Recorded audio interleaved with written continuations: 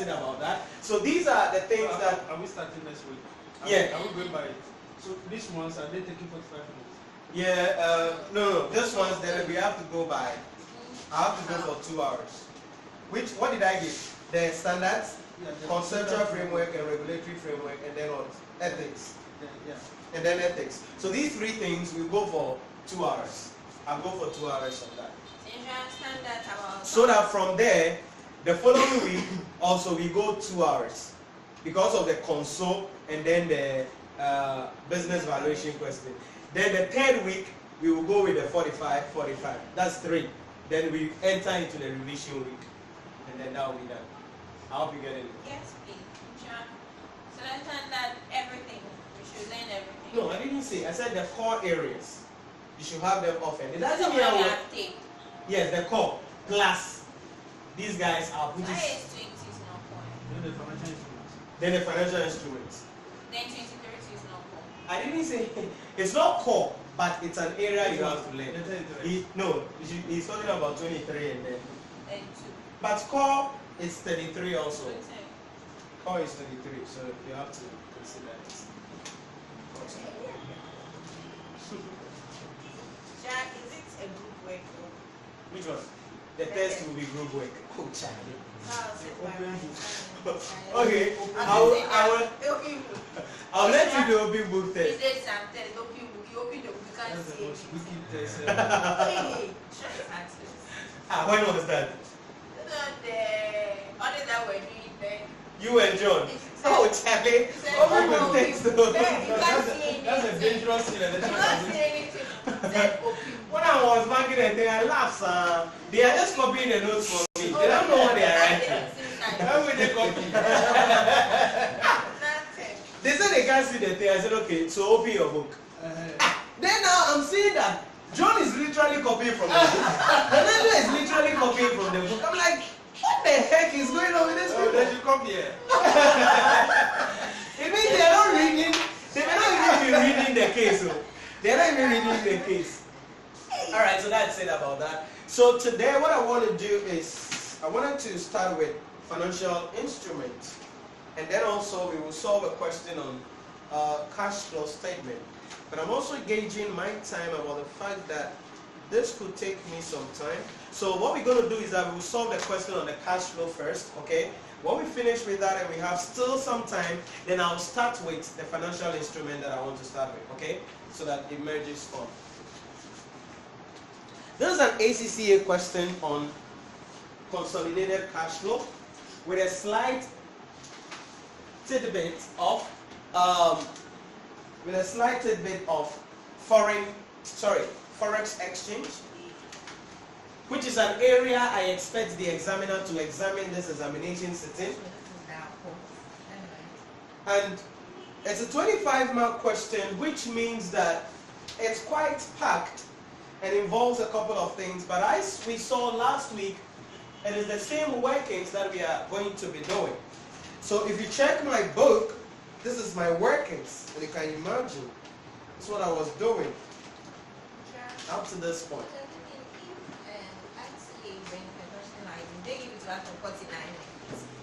No. It's only 49 minutes. But they can bring a packet like this, but not 49 minutes. Yes. The average still 36 minutes a question. That is why you have to save time in accounting standard, in ethics, in ratio analysis. Then you use that time save and come and rest on the console. But when you tackle console first, you sacrifice yourself on the altar.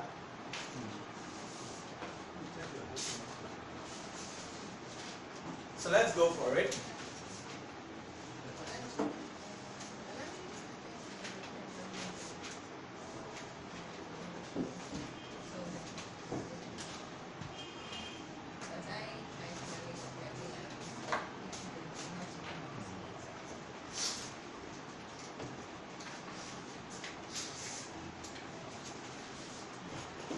Okay, so this is Porter, and it's a question I picked up. The reason why I picked it up is because of what is involved in it. Who remembered last week the question we solved in relation to the consolidated cash flow statement? Who remembered how the consideration of the subsidiary we acquired was computed? What was the components of the consideration? Who remembered? It was a cash consideration. There was cash and then there was share issue. Okay. So I think this question also have the same item in it. So that means that we're going to be working together actually. We're going to be working together, which means that you're going to be doing some of the workings. I check to see whether you did it well. Then I'm going to also be doing some of the workings with you. I'm not going to feed you today. You can cough. You know, who says that? I control the time, not you. Okay, so let's go. Order 24. The following consolidated financial statement relates to Porter, a public limited company. Porter Group, statement of financial position as of 31st May 2006. So we have everything there, but I want us to grab some idea about what is happening on the figures there. First, property, plant and equipment. What do we see? What do we see on the property, plant and equipment? Increasing. What are the costs that you must have for the increase? That we bought. Revaluation. What else? A subsidiary company. Are you getting it? So these are the three components that could constitute to this. Goodwill. What has happened to Goodwill? We acquired the equipment of the subsidiary. No, we acquired a subsidiary, level 1. We acquired some property, plant and equipment, level 2. Or we revalued upward an asset, level 3. We acquired the subsidiary. Is it that we acquired them and like their assets came to add? Yeah, when you acquire them, their property, plant and equipment will be added to ours. Are you getting it? Then next, Goodwill. What is happening to Goodwill? It's increasing. That means there is an acquisition on the line. Investment in associate, what's happening? It's increasing. And you know, investment in associate, it should increase traditionally because we add what? Share of profit for the year to what was outstanding. Inventories, it has been reduced. Now,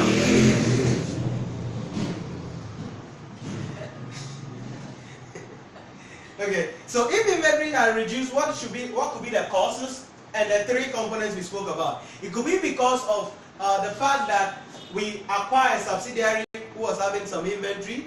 It could also be because we bought some inventory during the year and all that, and that could be the reason. Okay, let's. So it has reduced. It has reduced. Okay, so that means possibly we were selling much throughout the year.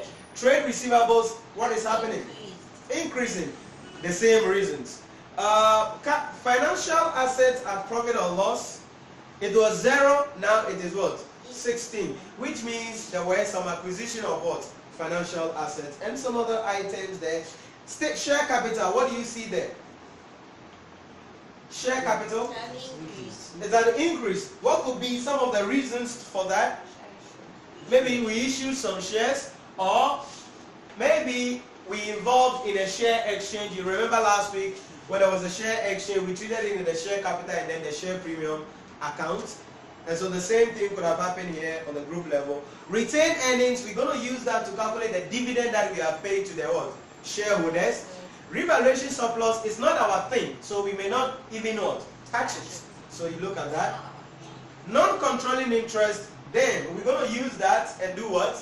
Calculate the dividend that has been paid to Ebaze, NCI. Okay, so we're going to use that. Long-term borrowing, what is happening to it? Long-term borrowing, what is happening to it? It's increasing. That means there has been what? Some issue of long-term borrowing, which is a benefit that will go to the financing activities. Deferred tax liability, we'll deal with those guys, don't worry. Trade and other payables, we'll deal with that. Interest payable, we'll look at that. Current tax, we'll look at that. Then we've been presented with the income statement. Now, in the income statement, there are key things you have to pay close attention to. One of those things is the other income there. Where is that other income coming from? Possibly the examiner will give you a knowledge about that. So when you're looking at a financial statement, what you want to find out is extraordinary item.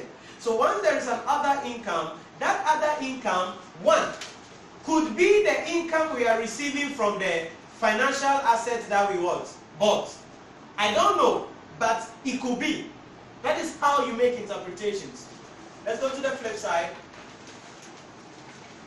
On the flip side, we have administrative expenses, we have finance costs, we have share of associate profit, then we have the income tax, then we have items that will not be reclassified to profit or loss. We have gain on what? Revaluation. Remember, since there is a gain on revaluation, it means when we are preparing the asset account, what do? That 58 will go to the debit side of the property, plants, and what? Equipment. Income tax relating to item not classified. So if you look at this question closely, there are two income taxes that have been charged in the same year relating to different items. So if you are preparing the income tax account, these two figures must appear in the income tax account. The first one is the income tax on our profit, and that is how much? 34. And then the second one is the income tax relating to item that has not been what? Classified. That is 17. So there are two income taxes here. All of them will come to the credit side of the income tax account. Pay close attention to that. Then after that, we have other comprehensive income for the year, net of tax, which is 49. We'll look at that later on. Then share of profit attributable to owners, profit attributable to non-controlling interest, then comprehensive income. So all of these are present there. But my focus, as always, is to go to the additional information. So what I do in the income statement is just to grab an idea of what is likely to be happening so that I have some understanding of what I'm likely to do in my presentation.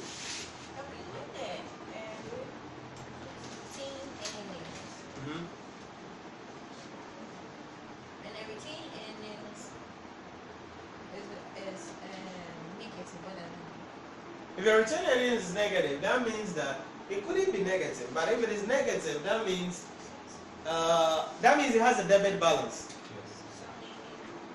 If your return earnings have a debit, it means like you have overdrawn, which is hard to be. Maybe making consistent losses. Yes, maybe making consistent losses, so it has accumulated. So that is why it will have a debit balance. Are you okay? Then remember, at this level 3, I don't expect the examiner to go that way, but he may want to go. For instance, he may decide not to give you the income statement that you see there. If he decides not to give you the income statement, then in the note, it will be very detailed. If the information in the note is very detailed, then you have to calculate the profit for the year yourself. Now, how do you calculate the profit for the year yourself? You calculate that by preparing what? The retained earnings account. I hope you know this from the level 2. I hope you know it. I just hope so. You bring the opening balance for the retained earnings, slash it down. You bring the closing balance for the retained earnings. If during the year the company paid dividend, which they will in the question, because if the examiner wants to go that way, that's what he will do. Will be here, then possibly at the end of the day, if there is any transfer from revaluation surplus to the retained earnings, you bring it here. I know it's going to be deeper here. Then you bring it down here, you bring it down here. The balancing figure will become what? Profit for the year. Make sense? Does it sound good? Remember we spent, we opened the retained earning last week to calculate the dividend paid. Do you remember that? Yeah. When we did that, we brought the opening balance for retained earnings and we brought the profit for the year on the credit side because that will increase our retained earnings. So the balancing figure in that case will become the dividend paid. But where you are calculating the profit for the year, the examiner will give you the dividend that has been paid. Then if there is any transfer from revaluation reserves or even share premium to the retained earnings, then we bring it because it will increase the retained earnings. The balancing figure there will become what? The profit for the year. So it means this is the figure you take to the cash flow statement to start your cash flows. Very vital, very vital. It's in level 2, But level 3, I don't expect the examiner to waste your mind like that. But if you want to waste your mind like that, it could waste it. It could waste it. Okay, so let's go to the additional information and then let's begin the journey. Let's begin the journey. 1. During the period, Porter acquired 60% of a subsidiary. The purchase was effected by issuing shares of Porter on a 1-for-2 basis. On a 1-for-2 basis. Who can tell me the meaning of that language? Porter's effected the payment by issuing shares on a 1-for-2 basis. What is the meaning of that?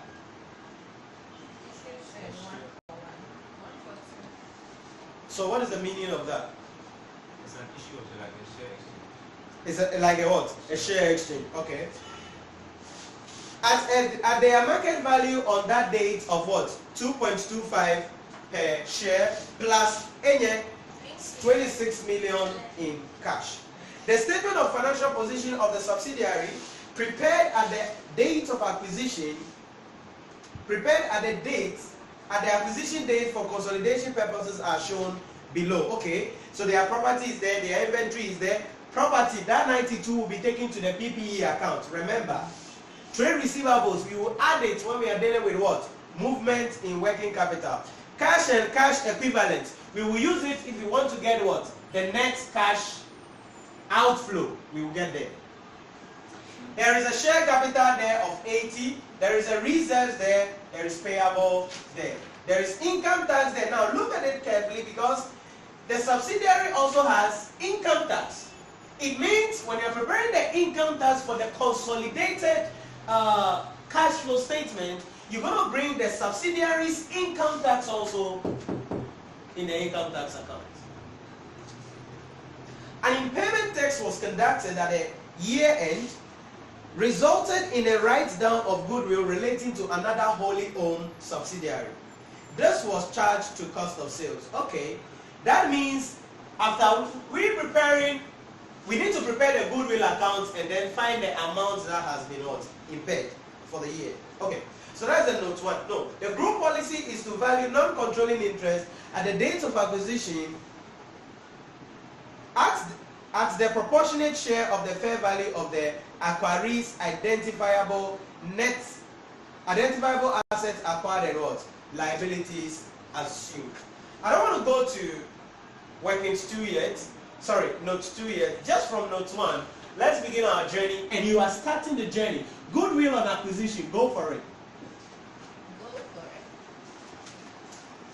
Get me goodwill on acquisition and let me see. Working in million.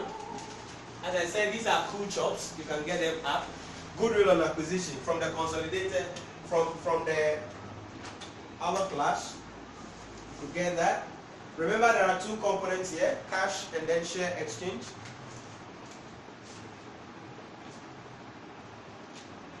This is 5 marks. Let's see who can get it.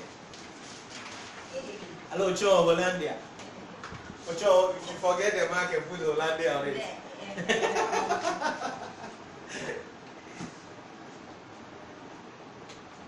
The clock is ticking. It's 5 marks. You're going 5 minutes.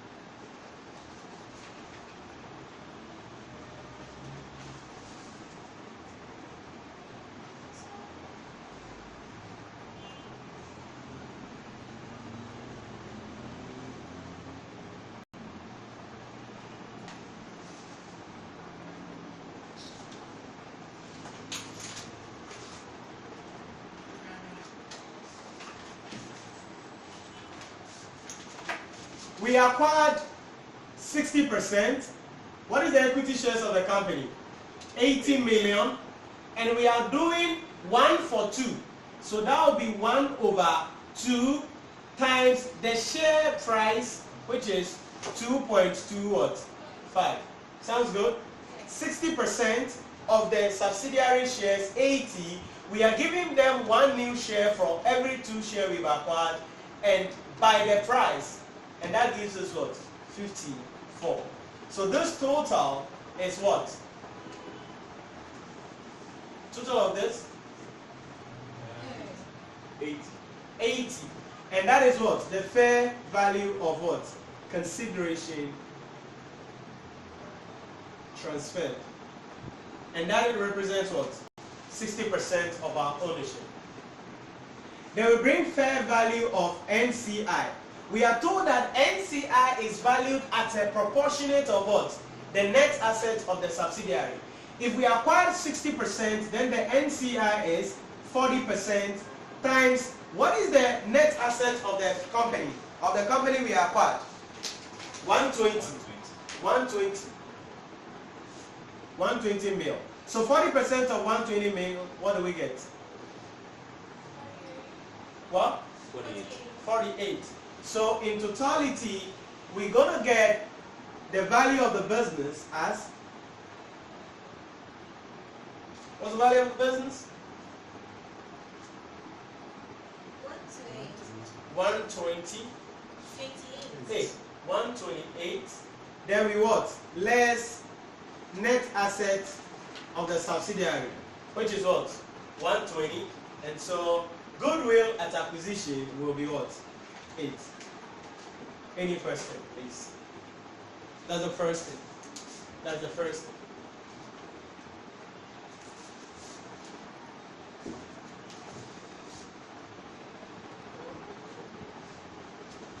Immediately we do this workings, we need to go to the second one.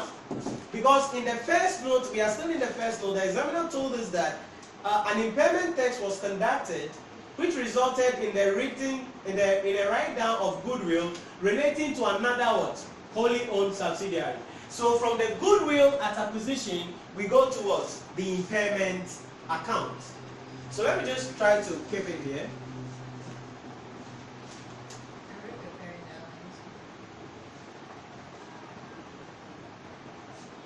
So let's go for it. In relation, so we are not really preparing impairment accounts. We are actually preparing goodwill accounts, but we are looking for impairment. Goodwill is an asset, so keeps the debit balance. Can I have the opening balance for goodwill, please? 10. Closing balance? How much? 15.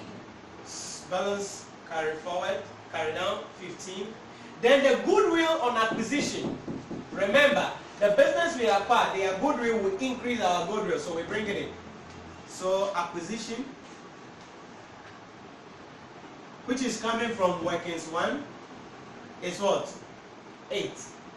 We balance this account. The difference is what? The impairment.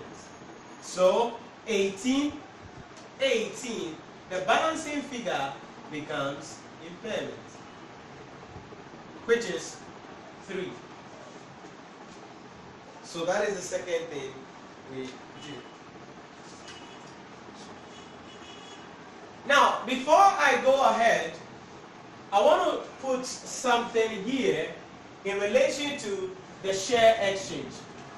Because we mentioned that anytime there is a share exchange like this, we would have to look at, and we are in the consolidated cash flow, we would have to look at the nominal value of the shares and then the price at which we sold it. So how many shares were acquired? So shares acquired. What's the share acquired? 60% of the 80 million, and that will be what? 48 million shares. Of this share acquired, we did a share exchange of 1:2. At this price, 2.25, what is the nominal value of the shares of the company? The nominal value, $1. $1.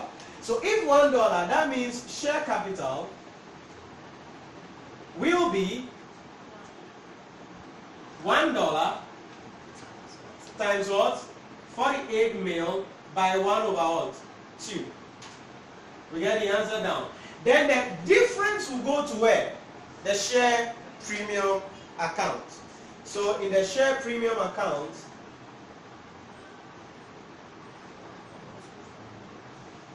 $1.25 times what? 48 mil by 1 over 2. Can I have some answers?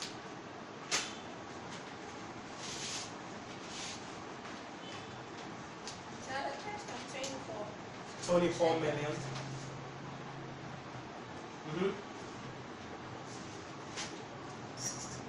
16. 30. That's 30 million. I did this because we're going to be preparing the share capital account and the share premium account so that we'll get what? The share issue. So that's why I did that. So this is in line with the share exchange. Yes, in line with the share issue. This price, so we need to split it between the share capital and then the share premium. So like you were saying, like the share exchange before we do that. Yeah. When there's a share issue, we don't do this. If there's share issue too, we do. Which one did you ask? My answer. Oh, yeah. Which one did you ask and you said no, that one we don't do this one. Let's see, that's something. That one was a share issue, not a share exchange. Now you're saying share issue. Which one is share exchange? This is share exchange, that's why we are doing this. Yes. So if it's a share issue, we don't do that. No. Share premium also. No. What are you guys talking about? Because I'm missing. Sure, you see, when there's a share exchange, When? In consolidation. I know we do share, we separate them, the share premium and the share capital. Right. But when there is a share issue, like last week there was a share Public between, issue. or Like a public issue. something like that, we don't do that. No, we still do. No, Because- last week there was a share issue. In the but we question- didn't do that. Check. Check and let's It was go. a share issue, but it wasn't a share exchange. Yeah, we gave them, we actually issued share to them. Not really. Where is the question? If you have a question, let's just check it.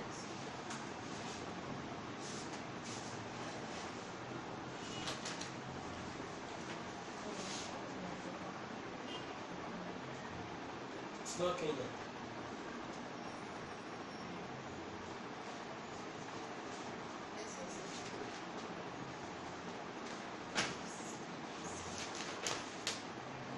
Scania plus the issue of they issued a share of this one. I was just trying to clarify. So when it's a share issue, I knew it. The issue share, so we treated everything there. No, it could didn't we split the share issue between share premium and share No, capital? we didn't. We didn't split. No, We it's took not. We asked, yes. We took the whole 3.6 into the share capital account. Is that what you're saying? Where's your working? Yes. We will be correct, but technically it will affect us in the financial statement.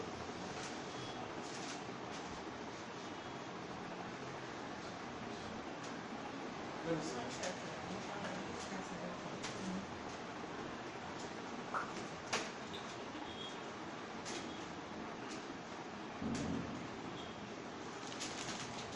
Stand up and follow me.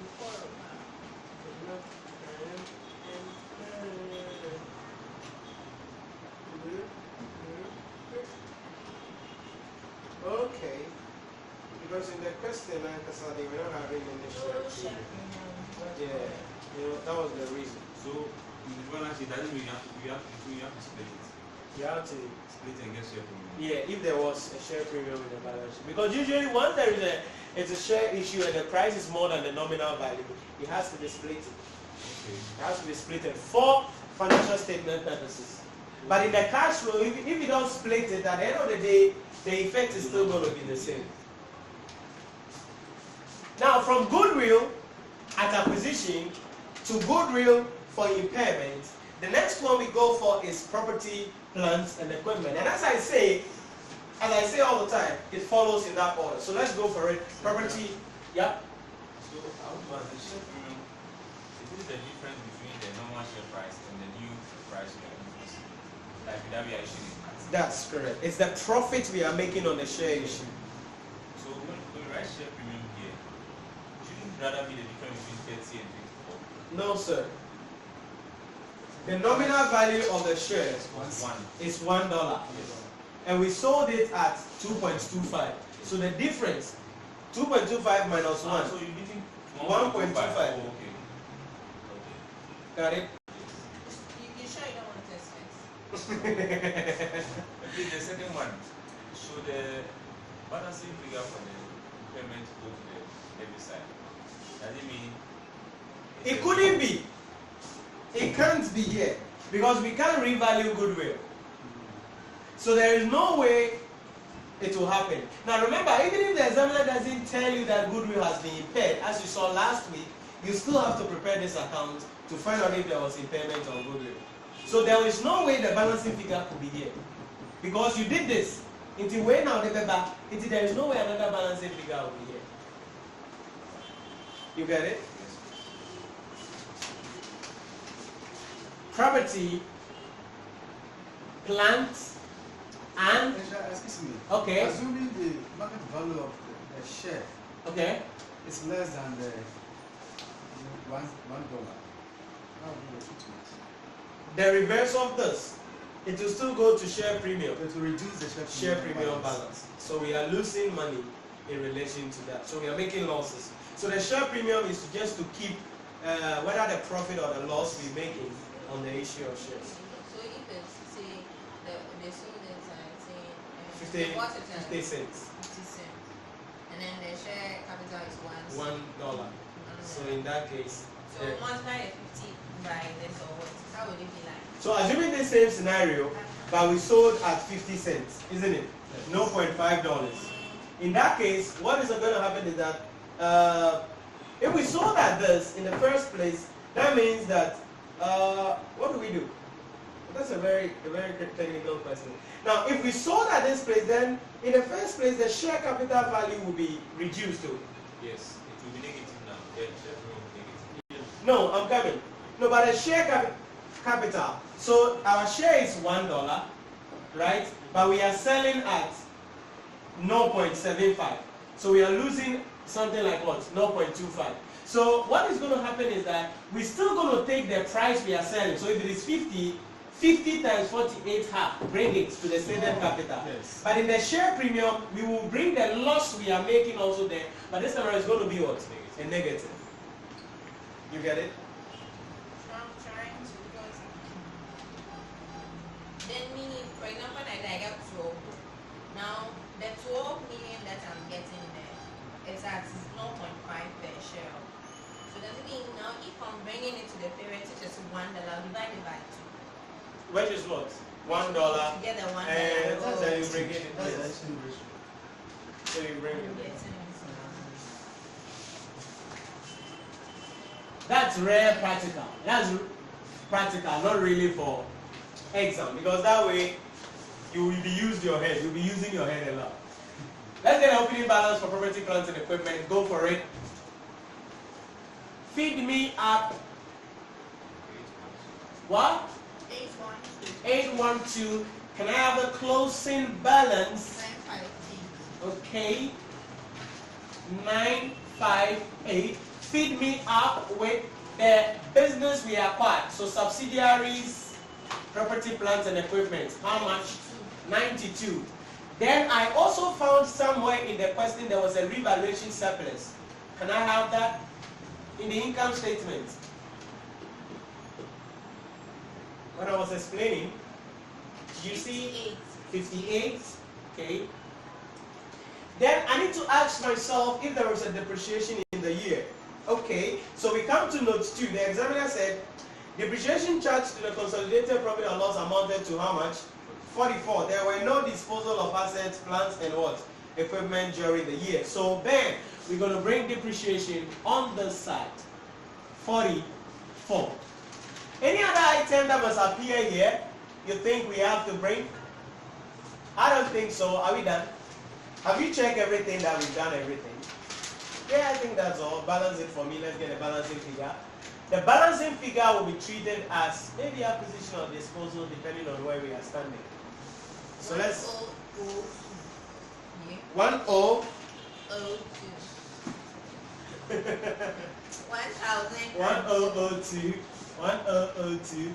Which side is bigger? Credit side, I guess. So the balancing figure.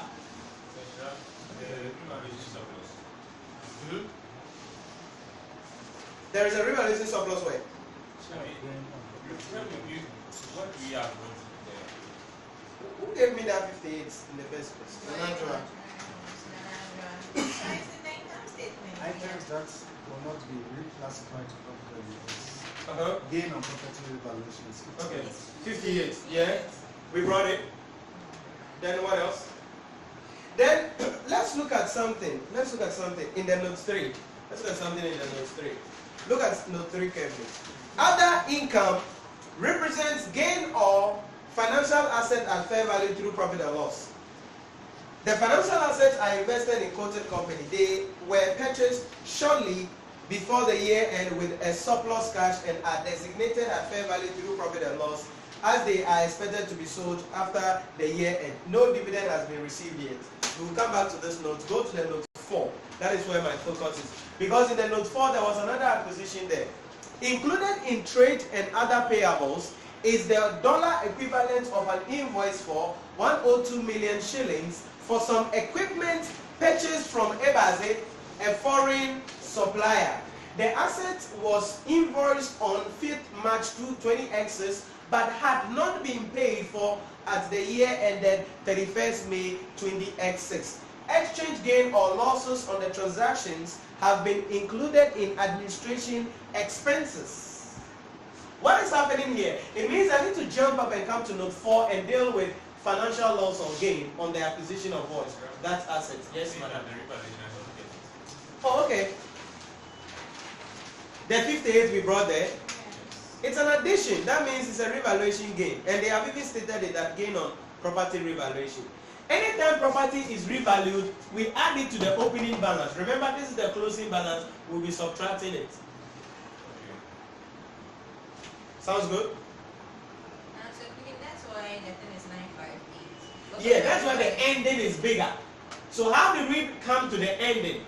We came to this end by bringing the opening, looking at the subsidiary, looking at the revaluation, addition. If it was a loss, it would have been in brackets and would have brought that here. What about a share of gain on property revaluation of associates? Nice one. Where is that one? 8.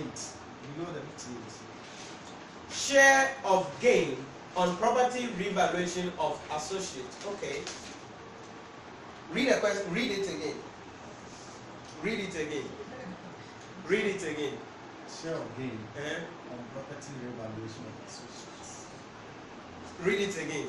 You know why I want you to read it. Yes. Get the understanding of it and tell me if it relates to the parent's assets or the associate's assets. Get the understanding. Associates assets. Yes. So if it is the associate's asset, then that gain relates to what we are getting on the associate. So that gain will come in when we are looking at the dividend receivable from the associate, but not on our assets, because the associate, we don't have what? Control over them. I don't know if you get a picture. That's why I'm asking you to read it again so that you get the understanding. Do you understand it now? So it's a share of gain on the associate's assets, not on our assets. So that gain cannot increase our asset base because we don't own that asset. You okay with that? You okay with your revaluation surplus thing? Yeah. Okay. So let's go to that note 4 stuff and work for the foreign currency transaction. That is IAS what? IAS what? Foreign currency transaction. IAS and a related party. Hey, hey, class P, how we bro, my class. Let's go for it. Now look at it. Yeah, 21. 21, that's correct. Now, so look at it. This is a foreign currency transaction. There are two dates. I told you something about this. You look at the purchases date, and you look at the year end or the payments date, and finally there is a loss or what? Gain. Why are we interested in that? Because it was an asset we bought, not inventory. In this case, we are buying an asset and not inventory. So let's look at it. What is the exchange rate? $1 is what? 6.8 shilling at the date of purchases. And then $1 became 6.0 shilling at the year end. Remember, we've not paid it yet. So let's see. At invoice date. Follow me carefully. And that is 5th March 20x6. At the invoice date, what is the double entry for the purchases of assets on credit? Double entry for the purchases of assets on credit. Credit and supplier, debit assets. Nice. So we're going to debit property, plant, and equipment with. Now this is the ratio. If $1 is 68 shillings, then how many dollars will 102 million shillings be? So we're going to do what? Divide, isn't it? Are we going to divide? 102 million shilling over 0.6.8. What do we have? 15. So we debit property, plant, and equipment at the date of the invoice. Credit what? Trade payables. Follow me closely. 15.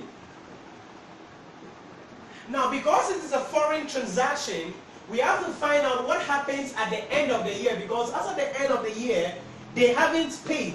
So we need to look at whether there is a positive or a negative movement in the currency. So at year end,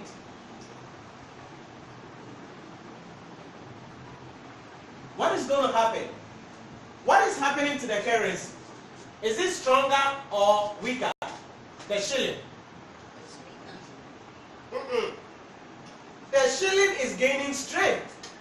First it was 6.0, now it is what? So let's check it. At year end, it's going to be, value will now be 102 million divided by 6. Let's see what you have.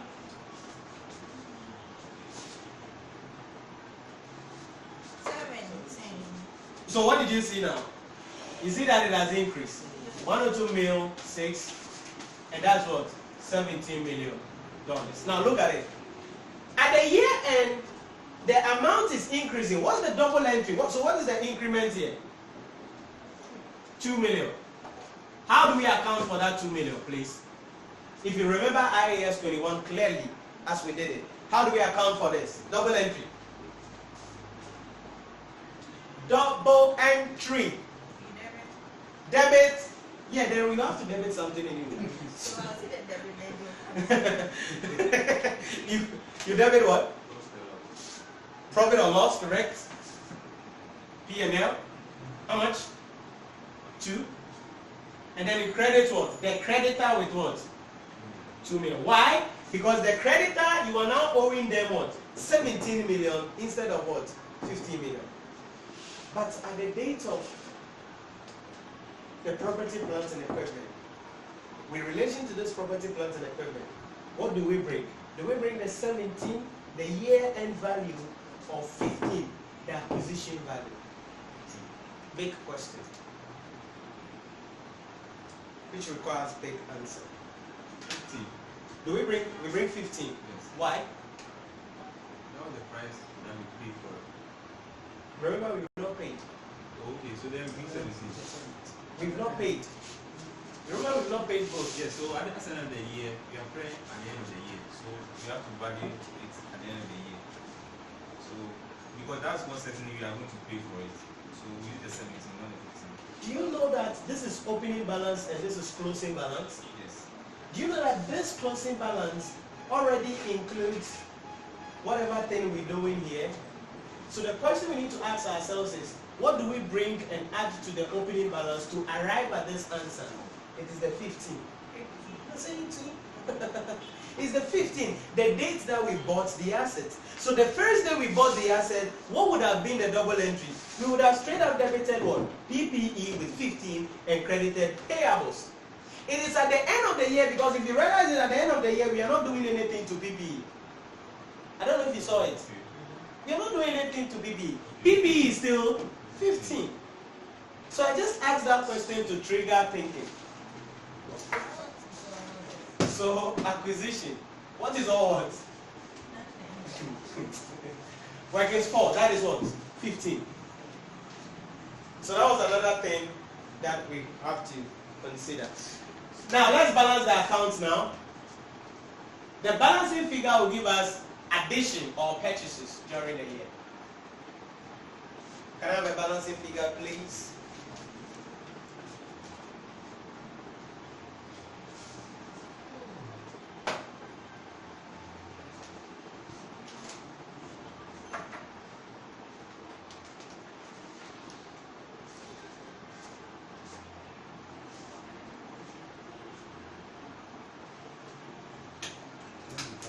$25. So this will go to investing activities. Go to investing activities as an addition. So that's working for. Stay with me, let's finish then you right, okay? So let's go. Associate. Why do we prepare associate accounts?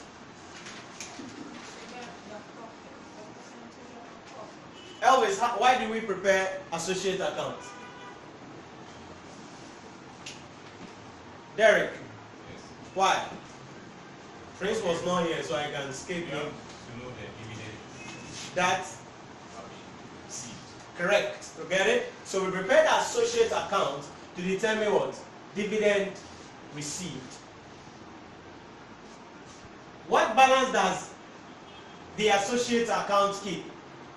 Debit. So can I have the opening balance, please? Balance brought forward. 39. What you say? 39. 39. Balance brought down. 48. You sure? Yes. Now, this is where Elvis, your point comes in. Our share of their assets gain comes here. Because it's going to increase our investment in the associates. So it won't come here to be here rather. So share of or gain on revaluation from the income statement. How much is it? 8. Any other thing? Share of profit. You know we will add it. So share of associate profit. How much is it? In the income statement.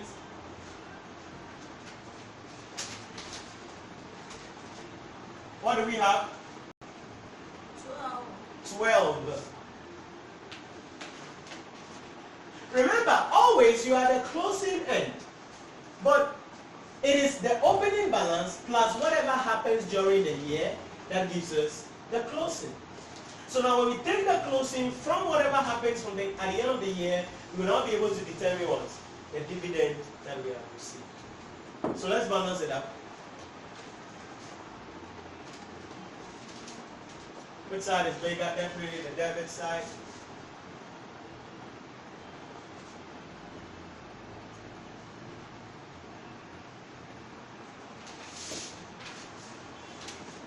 What do we have? 59. 11. That's the dividend received. So we are preparing associate account to get a dividend. Let's go for it. The sixth one. Number 6, what do? We prepare retained earnings account. And what are we interested in looking at in that account? What do we want in a retained earnings account? Dividend paid to who? That's right. So parents, shareholders. Let's go. Opening balance. What do we have?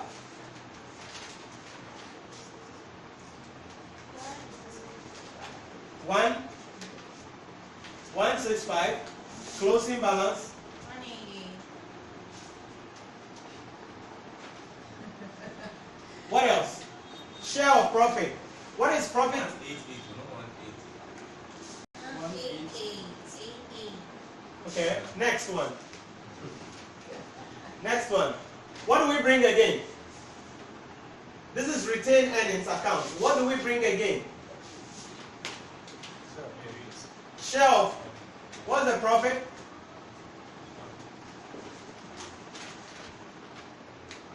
What's the profit? 68. Are you sure it's 68? Because you said or, it means you are not sure. Yes, share of profit for the year, 68. That's all. That's all. That's all. Balance it up, the difference will be the dividend that we what? Paid out. So let's balance. 16568.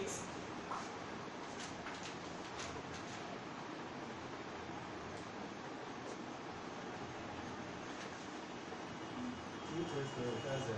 233 total. Yes. So let's get a balancing figure.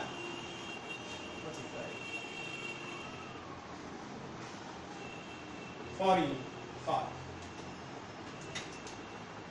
I hope I can rock this one. How relevant is the movement on the things in what we are doing? Which movement? There's only 5. Okay. Now this particular workings, we could have ignored it. But we did it just to confirm the assertion there. They've done it though. Yes, they did it. Oh, okay. But we did it to confirm the assertion there. So it's the same thing that they actually did. The total income for the year, and then they did it. So this one, I brought it in just to confirm the assertion of what you are supposed to be doing. So we are lucky that in this one, it was done. But in other cases, it will not be done. So if it's not done, how do you go for it? That is why somebody may be misled to go and take, that's why you said the or, because you realize that there is total comprehensive income. Yeah. And you go and take the 115 and go and put it here. Now wait. Because it is not the total comprehensive income that comes to the retained earnings, it is the profit for the year that comes to the retained earnings. Because remember, total comprehensive income includes revaluation gain or surpluses, which is taken care of in the revaluation surplus account. So with retained earnings, all we are interested in is what? The profit for the year. That is why the 115 was not brought and the 68 rather was brought. Get that difference very well. Get why we are doing what we are doing. Yes, talk. Oh, just look below 68. So the difference, where is it going? Which difference? The difference between the comprehensive income and the profit. Total comprehensive The income. total, you know, the profit is in the comprehensive. Yeah. So the difference is also being. The difference will go into the revaluation surplus. Because remember, look at the other comprehensive income item. Gain on property revaluation. That is why we brought a debit sign here. And we will credit the revaluation surplus account. You get it? Yes. Then other items, share of gain on revaluation in associates. And I had debiting wahala no. Do you get the idea? So we're not gonna bring the 115, but we'll bring the 68. It's a very vital area that people joke with. Sorry, that people miss. Please. I said So we are the profit is the one and the profit attributable to owners of yes, to owners of the parent, 68. That is what we bring. Because retained earning deals with profits, not total comprehensive income. But if you go to NCI, you will not take just the profit for the year, you will take the comprehensive income, their share. So for NCI, we use everything. For the NCI, because they take part in both revaluation gain. Okay. So for the NCI, when we want to get their total comprehensive income, or we want to get a share of profit for the year, we don't take the 10, we'll be taking the 12. Get the difference. So please write and let's do the rest of the workings. I think these other items too haven't been treated. Which one? It was the income tax and the comprehensive. Yeah, we don't finish the workings. I mean, would that one also go to the other side so that Which ones? the 17 and 49? Which 17? 17. Where is 49? 1749. Other comprehensive income. Yeah, we will deal with these things when we are preparing the tax account. When we are preparing the tax. Another thing too, is this one more convenient? This thing is how they're using the column. Yes. Which one are you comfortable with? Choose what you are comfortable with. Choose what you easily understand. Some students struggle when you put it that opening balance, add this, subtract this, get a difference. Some people struggle. But T account, almost everybody easily goes with a T account. So choose what you are comfortable with. You easily go with a T account. You don't easily go with it. Like sometimes I prefer this one. Yeah.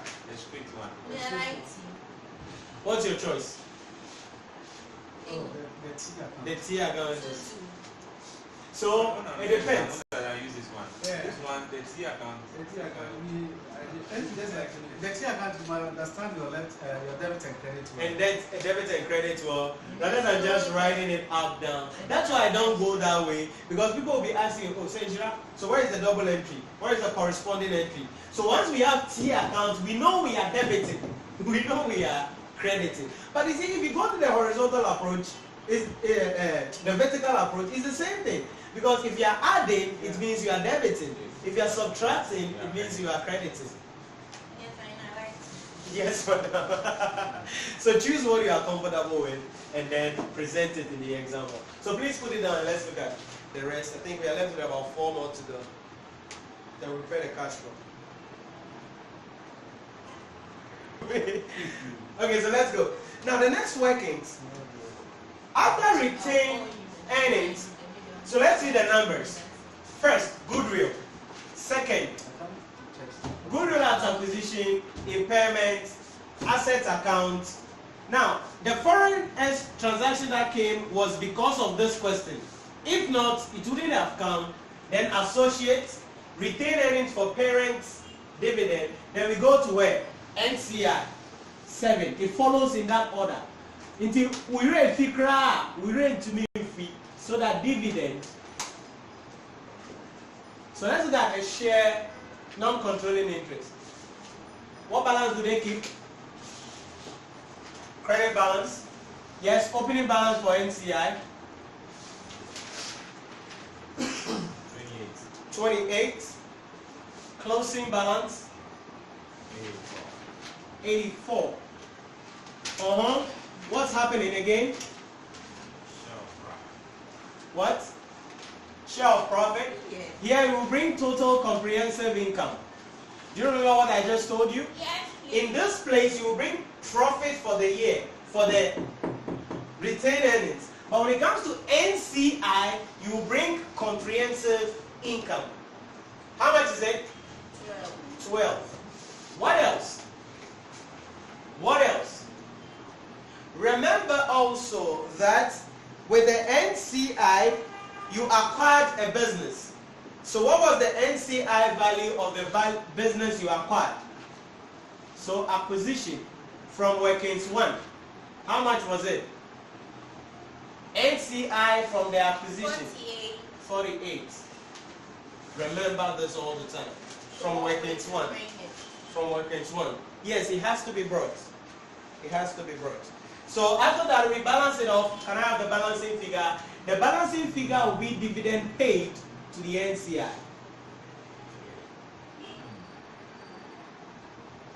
Dividend paid to NCI. Now I want you to look at the difference between this question and the question we solved the last week. That is how the understanding is going to come. Last week there was nothing like separation of total comprehensive income and profit for the year. So we actually took that same figures and brought them. But this time around, it's a different thing. That is how corporate reporting and financial reporting is. Once you pick a question, there is a different thing that comes on board, and you must know how to treat it. Yes? 88. 88. So you paid only 4 million. Nice one. So that's the dividend we paid to NCI. Next one, workings 8. We want to prepare share capital and then what? Share premium. So share capital first. Why do we want to prepare share capital accounts? Who can tell me? No, that's not the reason.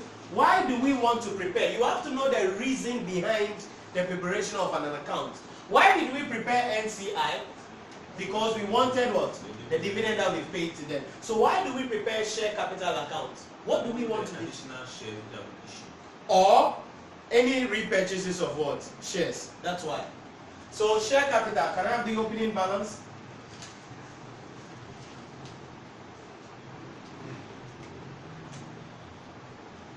Mm-hmm.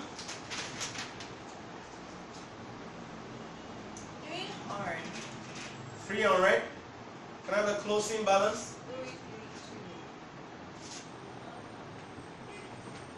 332.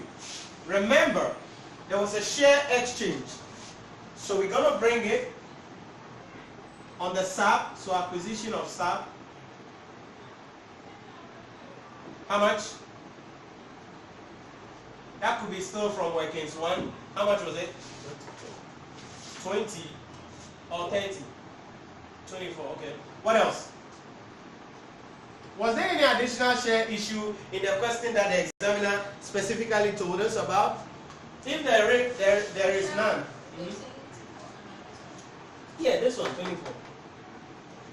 Can we balance now? When we balance, the difference will be either, if the difference is on the credit side, it is what? Acquisition, it's issue of shares. But if it is on the debit side, that means it will be what? Repurchases of shares.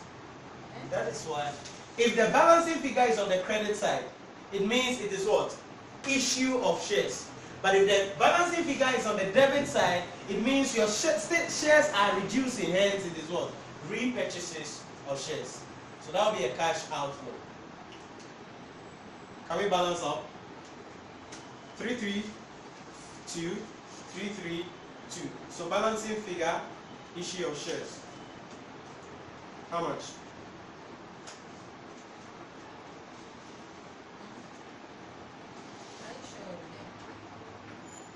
You said? No, I didn't see anything.